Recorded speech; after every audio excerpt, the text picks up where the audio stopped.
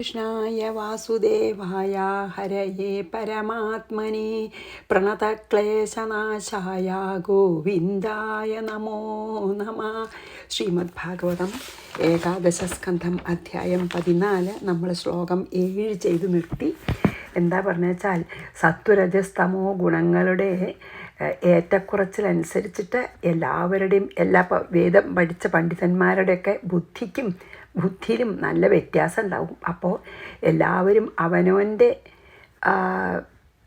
വാസനകളും ഏത് തരത്തിലുള്ള ഗുണമാണ് അധികമെന്നനുസരിച്ചിട്ടാണ് എല്ലാവരും ഓരോന്ന് മനസ്സിലാക്കണത്. അപ്പോൾ ആ വേദപണ്ഡിതന്മാരാണെങ്കിലും അവരുടെ ബുദ്ധിക്ക് വ്യത്യാസം ഉണ്ടാവുമല്ലോ.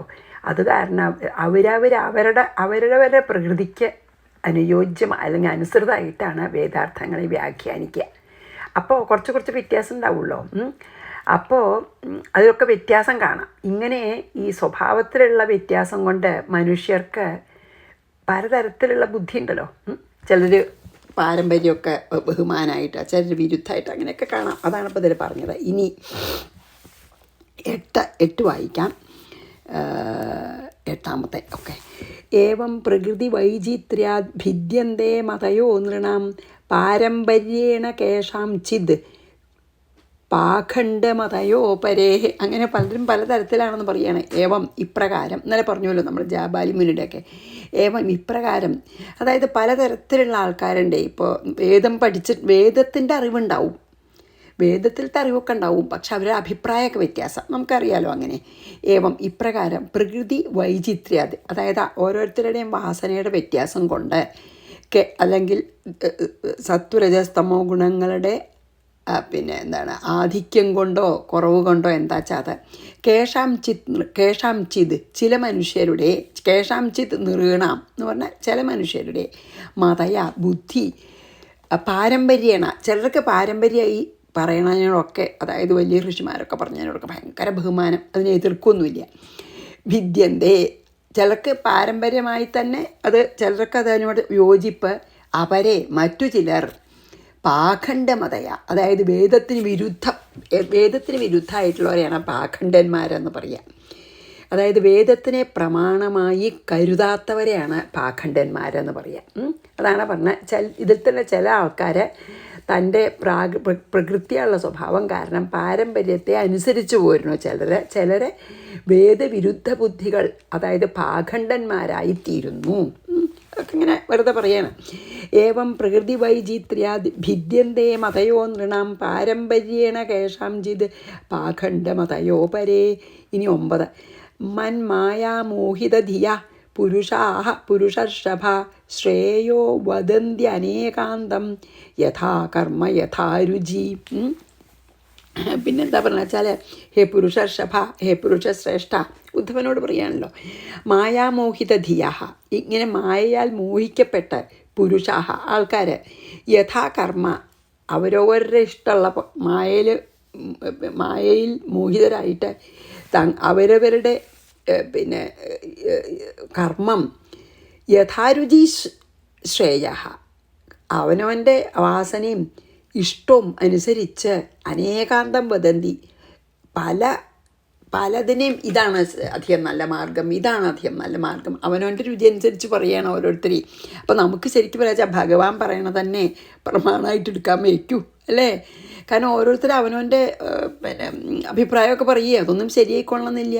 അതാണ് പറഞ്ഞത്, എൻ്റെ മായയിൽ ബുദ്ധി ഭ്രമിച്ച ആൾക്കാർ അവരവരുടെ കർമാനുസരണം അവരുടെ ഇഷ്ടത്തിനനുസരിച്ചും ഇത് ചെയ്താൽ നല്ലത് വരും, അതായത് ഫലം ഇതൊക്കെ കിട്ടും, അങ്ങനെ ഇതാണ് ശ്രേയോ മാർഗം എന്നൊക്കെ അവരുടെ ഇഷ്ടം പോലെ പല വിധത്തിൽ പറയുന്നു. അപ്പോൾ എന്താ പറയുക, അതിനൊരു വഴി എന്ന് ഭഗവാൻ പറയും. മായാമോഹിതധിയ പുരുഷർഷഭ ശ്രേയോ വദന്ത്യനേകാന്തം യഥാ കർമ്മ യഥാ രുചി. ഇനി അതന്നെ ഒന്നും കൂടിയും പറയാണ്. ധർമ്മമേകേ യശശ്ചാന്യേ കാമം സത്യം ദമം ശമം അന്യേ വദന്തി സ്വാർത്ഥം വാ ഐശ്വര്യം ത്യാഗഭോജനം കേജിദ്യജ്ഞ തപോദാനം വ്രതാനി യമാൻ. ഓരോരുത്തരും പറയുന്നു. നോക്കൂ, ഏകെ ചിലർ, അതായത് മീമാംസകന്മാർ, ധർമ്മം അതായത് നിത്യം നൈമിത്തികമായിട്ടുള്ള കർമാനുഷ്ഠാനത്തിനെ വദന്തി. അതാണ് ഏറ്റവും നമുക്ക് മോക്ഷത്തിന് ഏറ്റവും പ്രധാനം. നിത്യ നൈമിത്തിക കർമ്മങ്ങൾ അനുഷ്ഠിക്കുകയാണെന്ന് മീമാംസകന്മാർ പറയും. അന്യേ വേറെ ചിലർ യശഃ കീർത്തിയെയും അന്യേ വേറെ ചിലർ കാമത്തിനെയും വാത്സ്യായനൊക്കെ വലിയ കാമസൂത്രമൊക്കെ എഴുതിയ ആളല്ലേ, അതുപോലുള്ളവരെ കാമത്തിനെയും അതായത് സ്ത്രീ സുഖത്തിനെയും, പിന്നെയോ ചിലരെ സത്യത്തിനെയും യോഗമൊക്കെ അഭ്യസിച്ചവരെ ദമം, പിന്നെയോ ചിലർ പറയും ഇന്ദ്രിയങ്ങളെ നിഗ്രഹിക്കലാണ് ഏറ്റവും പ്രധാനം എന്ന്. ശമം അതായത് അകത്തെ ഇന്ദ്രിയങ്ങളെ, ബാഹ്യേന്ദ്രിയങ്ങളെ നിയന്ത്രിക്കുന്നതാണ് ദമം. പിന്നെ അന്തരീന്ദ്രിയങ്ങളെ നിയന്ത്രിക്കുന്നതാണ് ശമം. ചിലർ പറയും അതാണ് മോക്ഷത്തിന് ഏറ്റവും പ്രധാനം എന്ന്. അന്യേ വേറെ ചിലർ ഐശ്വര്യത്തിനെയും ത്യാഗഭോജനം, വേറെ ചിലർ ദാനത്തിനെയും താൻ അനുഭവിക്കുന്ന വിഷയസുഖത്തിനെയും, കേചിത് വേറെ ചിലർ യാഗത്തിനെയും, തപസ്സിനെയും, ദാനത്തിനെയും, വ്രതങ്ങളെയും, യമനിയമങ്ങളെയും, യമാൻ അത് രണ്ടും പറയണ്ട, യമനിയമങ്ങളെയും വദന്തി. അതൊക്കെയാണ് പുരുഷാർത്ഥമായിട്ടുള്ളത്. പുരുഷാർത്ഥം കിട്ടാനായിട്ട് വേണ്ടെന്നൊക്കെ പറയും. ഓരോരുത്തരും ഓരോ അഭിപ്രായമാണെന്ന് പറയണം. അപ്പോൾ ഓരോരുത്തരും അവരുടെ കർമ്മത്തിന് രുചിക്ക് അനുസരിച്ചിട്ടാണ് ശ്രേയസ്കരം ഇന്നതാണെന്ന് പറയണതേ. അതായത് ധർമ്മം, യശസ്, കാമം, സത്യം, ദമം, ശമം, സ്വാർത്ഥം, ഐശ്വര്യം, ത്യാഗം, ഭോഗം, യജ്ഞം, തപസ്, ദാനം, വ്രതങ്ങൾ, യമനിയമങ്ങൾ, ഇങ്ങനെ പലതും ശ്രേയോമാർഗത്തിൽ പ്രധാനമാണ്, അല്ലെങ്കിൽ പുരുഷാർത്ഥം മോക്ഷം ലഭിക്കാൻ പ്രധാനമാണെന്ന് പലരും പറഞ്ഞു വരുന്നു. അതൊന്നും നമുക്കിപ്പോൾ ഏതാ ശരിയെന്ന് ഭഗവാൻ പറയണത് തന്നെ വിശ്വസിക്കുമല്ലേ. ഇതങ്ങനെ പറഞ്ഞു. ഇനി നമുക്ക് നോക്കാം 11 10 വായിക്കാം. 3 വരിയുണ്ട് 10 കേട്ടോ. ധർമ്മമേകേ യശശ്ചാന്യേ കാമം സത്യം ദമം ശമം അന്യേ വദന്തി സ്വാർത്ഥം. ചില ഇഷ്ടം പോലെ ജീവിച്ച്, ഞാൻ പറഞ്ഞില്ലേ ചാർവാകന്മാർ, അതുപോലെ ചാരുവാക്ക്, അതായത് നമുക്ക് ഇഷ്ടമുള്ളത് തന്നെ പറയുക, ഇങ്ങനെ തന്നെ മതി, അത് കുടിച്ച് രസിച്ച് ജീവിതം എൻജോയ് ചെയ്യാനുള്ളതാ പറയുക. അതാണ് സ്വാർത്ഥം. ഐശ്വര്യം, ത്യാഗഭോജനം, കേചിത് യജ്ഞ തപോദാനം, വ്രതാനി നിയമാൻ. ഇപ്പം ഏതാപ്പോൾ ശ്രേയോ മാർഗം ഏതാണെന്ന് നമുക്ക് സംശയവും. പലതും പറയൂലോ. ഇനി ഇതാ പറയണു, ആദ്യന്തവന്ത ഏവേഷാം ലോകാഹ കർമ്മ വിനിർമ്മിതാ ദുഃഖോദർഗാസ്തമോനിഷ്ഠാഹ ക്ഷുദ്രാനന്ദാശുചാർപ്പിതാഹ. ഇനി എന്താ പറയണത്? ഏഷാം ലോകാഹ, ഏഷാം കർമ്മവിനിർമ്മിതാഹ ലോകാഹ, അങ്ങനെ പറയണം. ഇതൊക്കെ പറഞ്ഞില്ലേ മുമ്പേ, ഇതൊക്കെ അനുഷ്ഠിക്കുന്നവരുടെ കർമ്മം കൊണ്ട് നിർമ്മിക്കപ്പെട്ട കർമ്മവിനിർമ്മിത എന്ന് പറയുന്നുണ്ട്. ഈ പറഞ്ഞ എല്ലാം മുമ്പ് പറഞ്ഞതിൻ്റെയൊക്കെ ഇതൊക്കെ അനുഷ്ഠിക്കുന്നവരുടെ കർമ്മങ്ങളാൽ നിർമ്മിക്കപ്പെട്ട ലോകങ്ങൾ, ഏഷാം കർമ്മവിനിർമ്മിത ലോക, അതായത് കർമ്മം ചെയ്യുക ഫലം കിട്ടുക, കർമ്മം ചെയ്യുക ഫലം കിട്ടുക, അതാണ് പറയണതിൽ. ആദ്യന്തവന്ത, ആദ്യം തൊട്ട് അവസാനം വരെയും ദുഃഖോദർക്ക, നശ്വരങ്ങളുമാണ്, ദുഃഖമാകുന്ന ഫലത്തോടു കൂടിയതും അവ.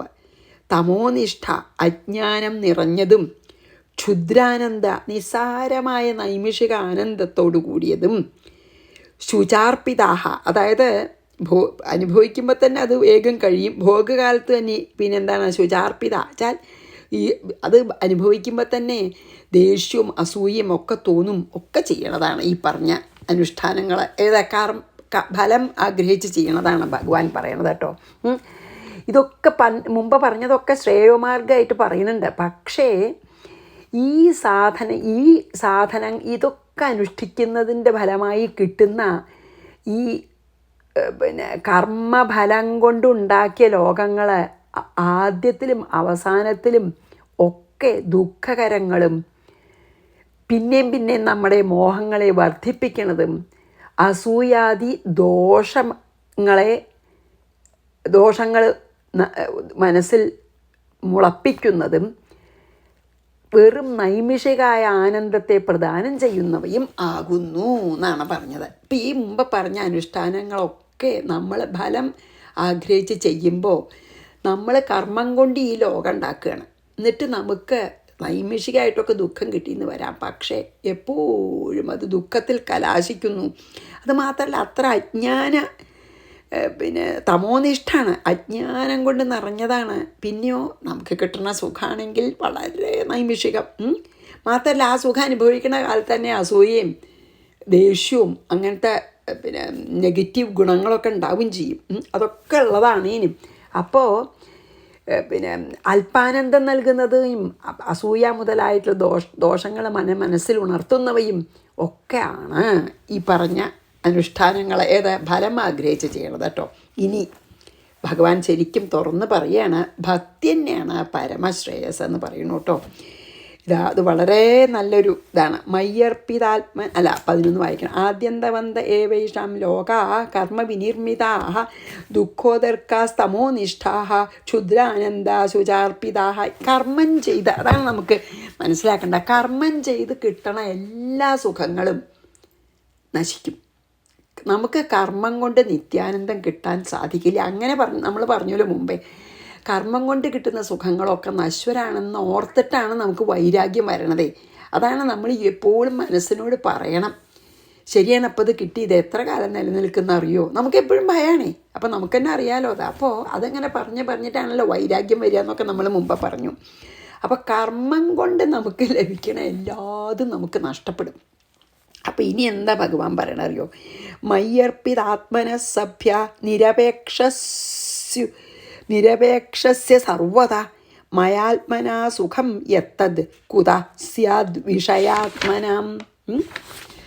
എന്താണ് അപ്പോൾ 12 ഭഗവാൻ പറയണച്ചാൽ, വളരെ നമുക്കുള്ളൊരു സഭ്യ, അതായത് ആ സഭയിലിരിക്കണവരോടൊക്കെ പറയണ പോലെയാണ്. മയി സച്ചിദാനന്ദ സ്വരൂപനായ എന്നിൽ, അല്ലേ, അർപ്പിത മന, എന്നിൽ അർപ്പിക്കപ്പെട്ട മനസ്സോടുകൂടിയവരും സർവത, അതിനാൽ എല്ലാ വിഷയസുഖങ്ങളിൽ നിരപേക്ഷസ്യ, എന്നിൽ തന്നെയാണ് അവരുടെ മനസ്സ്. അങ്ങനെ എന്നിൽ ദൃഢചിത്തരായവരും ഈ ഭൗതിക സുഖങ്ങളിൽ നിരപേക്ഷസ്യ, ഒട്ടും ഒരു ആഗ്രഹമില്ല, നിരപേക്ഷവന, ഒട്ടും അപേക്ഷയില്ലാത്തവനായിട്ട്, അതായത് ഒരു സ്ഥിരചിത്തന്, ആത്മന, ലൗകിക സുഖങ്ങളിൽ ശ്രദ്ധയില്ലാത്ത ഒരുവന് ആത്മന മീൻസ് എന്താണ്? നമ്മുടെ ഉള്ളിൽ പ്രകാശിക്കുന്ന മയ, എന്നാൽ യദ് സുഖം തത്, ഏതൊരു സുഖം ഉണ്ടാകുന്നുവോ അത് വിഷയാത്മന, വിഷയസുഖങ്ങളിൽ ലയിച്ച മനസ്സോടുകൂടിയവർക്ക് കുത സ്യാദ്, എങ്ങനെ ഉണ്ടാകും? എന്താ ഭഗവാൻ ഇതിൽ പറഞ്ഞ വെച്ചാൽ, എന്നിൽ മനസ്സർപ്പിച്ചാൽ മതി എന്ന് തന്നെയാണ് പറഞ്ഞത്.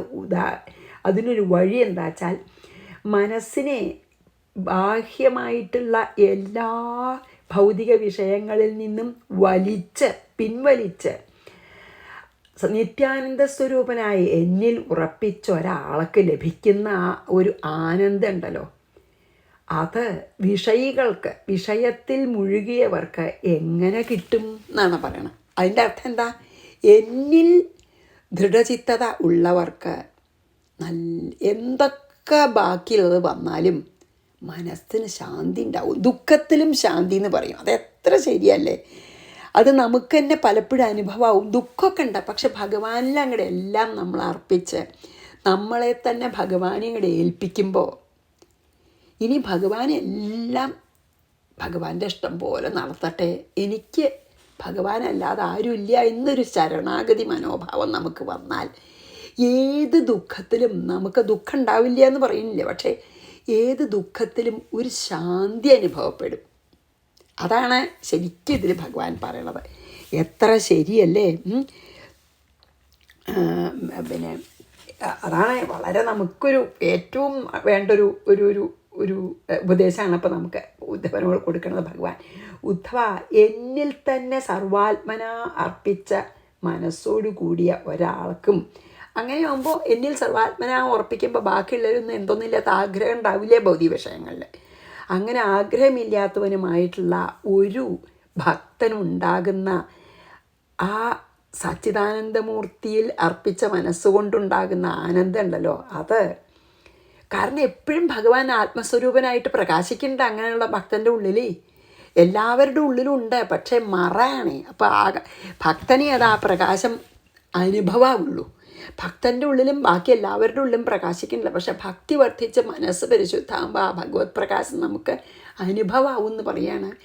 അപ്പോൾ തന്നിലെല്ലാം ഭഗവാനിലെല്ലാം അർപ്പിച്ചൊരു ഭക്തനുണ്ടാവുന്ന ഒരു ശാന്തിയും സമാധാനവും ആനന്ദവും വിഷയസുഖങ്ങളിൽ മുഴുകിയിട്ട് ഈ ഫലത്തിന് വേണ്ടി പ്രാർത്ഥിക്കുന്നവരോടൊക്കെ ഉണ്ടാവാൻ ഒരു വഴിയില്ല എന്ന് പറയണം. അതുണ്ടാവില്ല എന്ന്. ഇങ്ങനെ സകാമായിട്ട് പ്രാർത്ഥിക്കുക, അതിനു വേണ്ടി ചെയ്യുക, അത് കിട്ടിയാൽ അയ്യോ ഇനി അത് നഷ്ടപ്പെടുമെന്ന് അങ്ങനെയുള്ള ഒരാൾക്ക് ഭഗവാന്റെ ഇഷ്ടം പോലെയാണ് എല്ലാം നടക്കണം. ഞാൻ സർവാത്മനാ ഭഗവാനെ ശരണം പ്രാപിക്കുന്നു എന്ന് വിചാരിക്കുന്ന ഒരു ഭക്തനുണ്ടാവുന്ന ആനന്ദവും ശാന്തി ഉണ്ടാവാൻ വഴിയില്ല. എന്താ കാരണം വെച്ചാൽ ഈ ഭക്തൻ ഇങ്ങനെ ശരണാഗതി അറിഞ്ഞപ്പോൾ ഭഗവാൻ ഉള്ളിൽ പ്രകാശിക്കിട്ട് ഇയാളെ ഗൈഡ് ചെയ്യുന്നുണ്ട്, ശാന്തി നൽകുന്നുണ്ട്. അതാണ് വളരെ നല്ലൊരു ശ്ലോകമാണ്. നമുക്ക് എന്താ വേണ്ട നിശ്ചല്യാണ്ടേ ആകുമ്പോൾ ഭഗവാനെ ശരണാഗതി പ്രാപിക്കുകയല്ലേ ചെയ്തതും. അർജുനൻ അല്ലേ? എല്ലാവർക്കും അതേ ഉള്ളൂ. ഇനി എത്ര ഈ സമയം നോക്കട്ടെ കേട്ടോ, 16 കേട്ടോ. അപ്പം ഇനി ഞാൻ 13 വായിക്കാം കേട്ടോ, അല്ല 12 വായിച്ചിട്ട് വേണമല്ലോ, അങ്ങനെ ഒരു നിയമമല്ലേ. ഭക്തി തന്നെയാണ് പരമശ്രേയസ് എന്ന് പറഞ്ഞല്ലോ. അപ്പോൾ മയ്യർപ്പിതാത്മന സഭ്യ നിരപേക്ഷസ്യ സർവദാ മയാത്മനാ സുഖം യത്തത് കുതസ്യാദ്വിഷയാത്മന. വിഷയത്തിൽ മനസ്സൂന്നിയവർക്ക് ഈ സമാധാനം ഉണ്ടാവില്ല.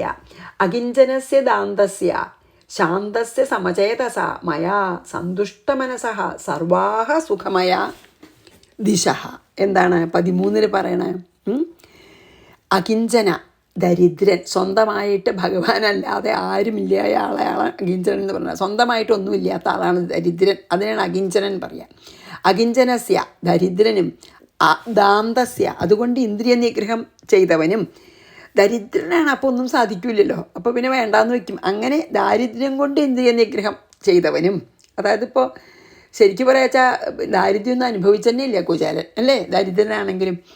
ശാന്തസ്യ മനോനിയന്ത്രണത്തോടു കൂടിയവനും, ശാന്തനായിട്ട് സമചേതസ സമഭാവന എല്ലാവരെയും ഒരുപോലെ കാണുന്നവനും, അല്ലെങ്കിൽ ദുഃഖത്തിനെയും സുഖത്തിനെയും ഒരുപോലെ സഹിക്കുന്നവനും, തിതിക്ഷയോട് കൂടിയവനും, മയാ സന്തുഷ്ട മനസ്സ പരമാനന്ദം സ്വരൂപിയായ എന്നിലർപ്പിച്ച മനസ്സു മാത്രം മതി അയാളുടെ സന്തോഷത്തിന്. എന്നിലർപ്പിച്ച മനസ്സുകൊണ്ട് സന്തോഷിക്കുന്നവനും, അതാണ് മയാ സന്തുഷ്ട മനസ്സ എന്നാൽ സന്തോഷിക്കുന്ന മനസ്സോടു കൂടിയവനും, സർവാഹ ദിശ എല്ലാ ദിക്കുകളും സുഖമയാഹ സുഖമയങ്ങളായിട്ട് തോന്നും. അതാണ് ഭഗവാൻ പറയണതേ. നിഷ്കിഞ്ചനും, നിഷ്കിഞ്ചനം വെച്ചാൽ സ്വന്തമായിട്ട് ഒന്നും പൊസസ് ചെയ്യാത്ത ആൾ, സ്വന്തമായിട്ടൊന്നും ഇല്ലാത്തവനും. നിഷ്കിഞ്ചനും ശാന്തനും, ദാന്തൻ പറഞ്ഞാൽ എന്താ, ഇന്ദ്രിയങ്ങളെ അടങ്ങിയവനും, സമചിത്തതയുള്ളവനും, എന്നെ എപ്പോഴും മനസ്സിൽ വിചാരിക്കുന്നത് കൊണ്ട് സന്തോഷം അനുഭവിക്കുന്നവനും ആയ ഒരു ഭക്തന് എല്ലാ ദിശകളിലും സുഖമാണെന്നേ തോന്നും. എല്ലാറ്റിലും സുഖം കാണും. സാരില്ല, ഇത് ഭഗവാന്റെ ഇഷ്ടമല്ലേ, ഭഗവാന്റെ ഇഷ്ടം തന്നെ ആവണം. ഭഗവാന്റെ ഇഷ്ടം നമ്മുടെ ഇഷ്ടമായ നമ്മൾ രക്ഷപ്പെട്ടു. അതിന് വിപരീതമായിട്ട് ഇഷ്ടമാകുമ്പോഴാണ് നമുക്ക് എപ്പോഴും വിഷമം. അത് എൻ്റെ ഒരു അനുഭവം പറയാമെന്ന് മാത്രം. അതായത് ഞാൻ ഇവിടെ വന്ന കാലത്തൊക്കെ എനിക്കെപ്പോഴും ഭയങ്കര ഹോം സിക്കാനൊക്കെ ഞാൻ അച്ഛനെപ്പോഴും എഴുതുകയൊക്കെ ചെയ്യേ. അപ്പോൾ അച്ഛൻ ഒരെഴുത്തിൽ എനിക്ക് എഴുതി അവസാനം എന്തെങ്കിലും ഒരു നല്ല വാചകം എഴുതും, എപ്പോഴും സമാധാനിപ്പിക്കുന്ന തരത്തിൽ. അപ്പോൾ എന്തൊക്കെയോ എനിക്കൊക്കെ പറഞ്ഞെഴുതി. ഈശ്വരൻ്റെ ഭഗവതരിഷ്ടം തന്നെയാണ്. അച്ഛനെപ്പോഴും ഭഗവതിയാണ്. അപ്പോൾ എല്ലാം ഭഗവതരിഷ്ടം പോലെയല്ലേ നടക്കണത്, നമ്മൾ വിചാരിക്കണ പോലെ നടന്നോളണം എന്നൊന്നുമില്ല എന്നൊക്കെ പറഞ്ഞിട്ട് പിന്നെ അവസാനം ഒരു വരി എഴുതി, ഈശ്വരൻ്റെ ഇഷ്ടം തന്നെ ആവട്ടെ സാവിത്രിയുടെയും ഇഷ്ടം, ഈശ്വരൻ്റെ ഇഷ്ടവും സാവിത്രിയുടെ ഇഷ്ടവും എപ്പോഴും ഒന്നായി തീരട്ടെ എന്ന് പറഞ്ഞു. അന്നൊന്നും എനിക്കത് മനസ്സിലായിട്ടില്ല കേട്ടോ. ഇപ്പം അതന്നെയാണ് ഇതിൽ ഭഗവാൻ പറയണത്. അതായത് ഈ എന്താണ്, അതെ അതന്നെയാണ് ഇപ്പോൾ ഭഗവാൻ പറയണത്. എന്താ വെച്ചാൽ ഈ എപ്പോഴും ഭഗവാനിൽ മനസ്സ് ഊന്നിയ ഒരാൾക്ക്, പിന്നെ വലിയ അവനവൻ്റെ ആണെന്ന് പറഞ്ഞ് എല്ലാം കെട്ടിപ്പിടിച്ചിരിക്കുകയൊന്നും ചെയ്യാത്ത ഒരാൾക്ക്, നിഷ്കിഞ്ചനും ശാന്തനും ഇന്ദ്രിയ നിഗ്രഹം വന്നവനും സമചിത്തതയുള്ളവരും ആയ ഒരാളെ എന്നെ എപ്പോഴും ഭക്തി കൊണ്ട് അതൊക്കെ വരും, ഭക്തി കൊണ്ട് ആ ഗുണങ്ങളൊക്കെ വരും. അപ്പം എന്നെ എപ്പോഴും നനയ്ക്കുന്നത് കൊണ്ട് അവർക്ക് എല്ലാം സന്തോഷമായിട്ടേ തോന്നുള്ളൂ. എന്താ വെച്ചാൽ എന്ത് വരുമ്പോഴും ഭഗവാന്റെ ഇഷ്ടമാണ്, ശരി അതന്നെയാണ് എൻ്റെ ഇഷ്ടം, അങ്ങനെ വിചാരിക്കാൻ സാധിച്ചിട്ട് അംഗീകരിക്കാൻ പറ്റുന്നേ അത് വളരെ വിഷമല്ലേ. പക്ഷെ ഞാനത് ഓർമ്മിച്ചു അന്ന് അങ്ങനെ പറഞ്ഞപ്പോൾ ഇതൊക്കെ ഇനിയാവും അച്ഛൻ്റെ മനസ്സിലന്ന് ഉണ്ടായിട്ടുണ്ടാവുക. എന്താ വെച്ചാൽ ഭഗവാന്റെ ഇഷ്ടം നമ്മുടെ ഇഷ്ടമായാൽ പിന്നെ ഒരു കോൺട്രവേഴ്സി ഇല്ലല്ലോ. നമ്മൾ ആഗ്രഹിച്ചത് വേറെയാവാം, പക്ഷെ വേറെന്തോ സംഭവിച്ചു.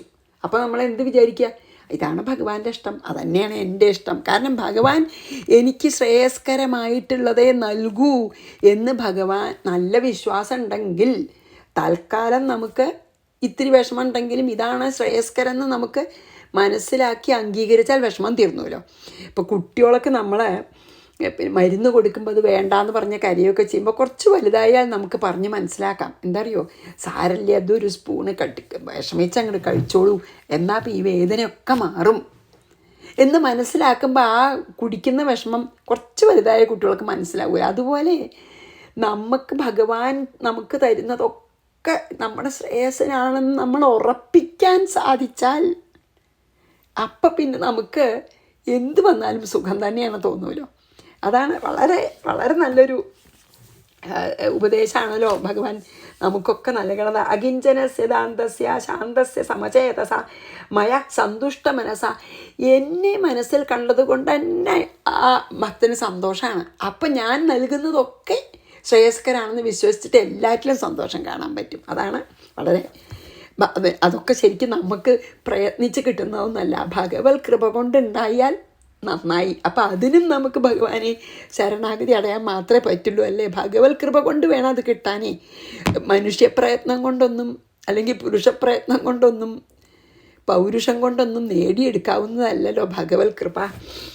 ഇനി നമുക്ക് ഒന്നും കൂടി പറ്റും. അപ്പോൾ ഞാൻ 13 വായിച്ചു, 14 വായിച്ചു, 14 വായിക്കാം. ഈ പരിപൂർണതയെ കാണിക്കണം കേട്ടോ. ഇത് വളരെ ഫേമസാണ്. ന പാരമേഷ്ഠ്യം ന മഹേന്ദ്രധിഷ്ണ്യം ന സാർവഭൗമം ന രസാധിപത്യം ന യോഗസിദ്ധി അപുനർഭവം വാ മയ്യർപ്പിതാത്മേച്ഛതി മദ്വിനാന്യത്. വളരെ ഫേമസ് ആയൊരു ശ്ലോകമാണത്, നമുക്ക് ബൈഹാർട്ടാക്കേണ്ടതാണ്. മയി അർപ്പിതാത്മാ, എന്നിൽ മനസ്സ് അർപ്പിച്ചവൻ, മദ്വിന അന്യത്, ഞാനല്ലാതെ, പാരമേഷ്ഠ്യം നയിച്ചതി, ബ്രഹ്മപദം പോലും സ്വർഗം പോയിട്ട് പാരമേഷ്ഠം പദം എന്ന് പറഞ്ഞാൽ ബ്രഹ്മലോകം പോലും നയിച്ചതി ആഗ്രഹിക്കുന്നില്ല. എന്നിൽ മനസ്സ് സർവാത്മനാ അർപ്പിച്ച ഒരാൾക്ക് ബ്രഹ്മലോകം കൂടി ആഗ്രഹമില്ല. മഹേന്ദ്രധിഷ്ണ്യം, സ്വർഗം, മഹേന്ദ്രൻ ഇന്ദ്രൻ്റെ ലോകവും വേണ്ട, സ്വർഗവും വേണ്ട. സാർവഭൗമം എന്ന ഈ അഖണ്ഡ ഈ ലോകത്തിൻ്റെ മുഴുവൻ ചക്രവർത്തിയായി ഇരിക്കാനും ആഗ്രഹമില്ല. പവറിനൊന്നേ. യോഗസിദ്ധികൾക്കൊന്നും ആഗ്രഹമില്ല. അപുനർഭവം വാ, എന്തിന്, മോക്ഷത്തിനും കൂടി ആഗ്രഹമില്ല. എന്നിൽ മനസ്സർപ്പിച്ച ആൾക്ക് ഒരാഗ്രഹങ്ങളും ഇല്ല, മോക്ഷം കൂടി ആഗ്രഹിക്കണില്ല ആ ആള്. അതൊന്ന് ആലോചിച്ച് നോക്കുക. അപ്പം ആ ഭക്തിയുടെ പാരമ്യാണത്. എന്നെ മനസ്സിൽ ഉറച്ച് എന്നിൽ സർവാത്മനോ മനസ്സർപ്പിക്കുന്ന ഒരാൾക്ക് എന്നെ അല്ലാതെ, അതും കൂടിയും പറയണ്ട ഭഗവാൻ ഇല്ലേ, ഞാനല്ലാതെ അല്ലെങ്കിൽ എന്നെ അല്ലാതെ ബ്രഹ്മപദവിയോ ഇന്ദ്രപദവിയോ ചക്രവർത്തി പദവിയോ അല്ലെങ്കിൽ എല്ലാ ലോകങ്ങളുടെയും ആധിപത്യമോ യോഗസിദ്ധികളോ എന്തിന് മോക്ഷം പോലുമോ അങ്ങനൊരു ഭക്തൻ ആഗ്രഹിക്കണില്ല. യഥാർത്ഥ ഭക്തനൊന്നും വേണ്ട, എനിക്ക് ഭഗവാനെ കിട്ടിയാൽ മതി, എനിക്ക് ഭഗവാനെ കിട്ടിയാൽ മതി. അതാണ് ഒരു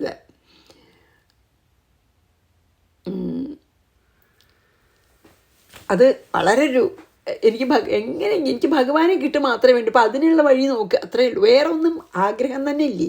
അത് വളരെ നല്ലൊരു ശ്ലോകമാണ് കേട്ടോ. എനിക്ക് ബൈഹാർട്ടല്ല, ഇങ്ങനെ വളരെ ഫെമിലിയർ ആണെന്ന് മാത്രമല്ല, ബൈഹാർട്ടാക്കണമെന്ന് വിചാരിച്ച് എഴുതി വെച്ച ഒരു ശ്ലോകമാണ്, പക്ഷേ ഞാൻ ബൈഹാർട്ടാക്കിയിട്ടില്ല. പക്ഷേ ഇത് 14-ാം അധ്യായത്തിൽ 14-ാമത്തെ ശ്ലോകമാണ്. അത് ഓർമ്മിക്കാൻ വളരെ എളുപ്പമുണ്ട്. പക്ഷേ കുറേ ആൾക്കാർക്ക് ഇത് കേൾക്കണവർക്ക് പലർക്കും അറിയുണ്ടാവും കേട്ടോ. അപ്പോൾ ആ ഭക്തിയുടെ പരിപൂർണതയാണ് കാണിക്കണം. ഭഗവാനിൽ മനസ്സർപ്പിച്ചാൽ പിന്നെ ഭഗവാനെ വേണമെന്നല്ലാതെ വേറൊന്നും വേണ്ട. ഗോപികമാർക്കൊക്കെ നോക്കൂ, മക്കൾ വേണ്ട, ഭർത്താവ് വേണ്ട, ഒന്നും വേണ്ട.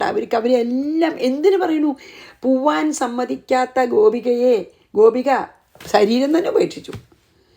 കുറേ ഗോപികമാരൊക്കെ പോയില്ലോ ഭഗവാന്റെ ഇത് കേട്ടപ്പോൾ. ഈ രാസക്രീഡയുടെ ആ നിലാവുള്ള രാത്രി ഭഗവാന്റെ ഓടക്കുഴൽ കേട്ടപ്പോൾ കുറേ സ്ത്രീകൾ പോയി. അവർ പലരെയും തടഞ്ഞില്ല ഭർത്താക്കന്മാരെ, പക്ഷെ ചില സ്ത്രീകളെ തടഞ്ഞു.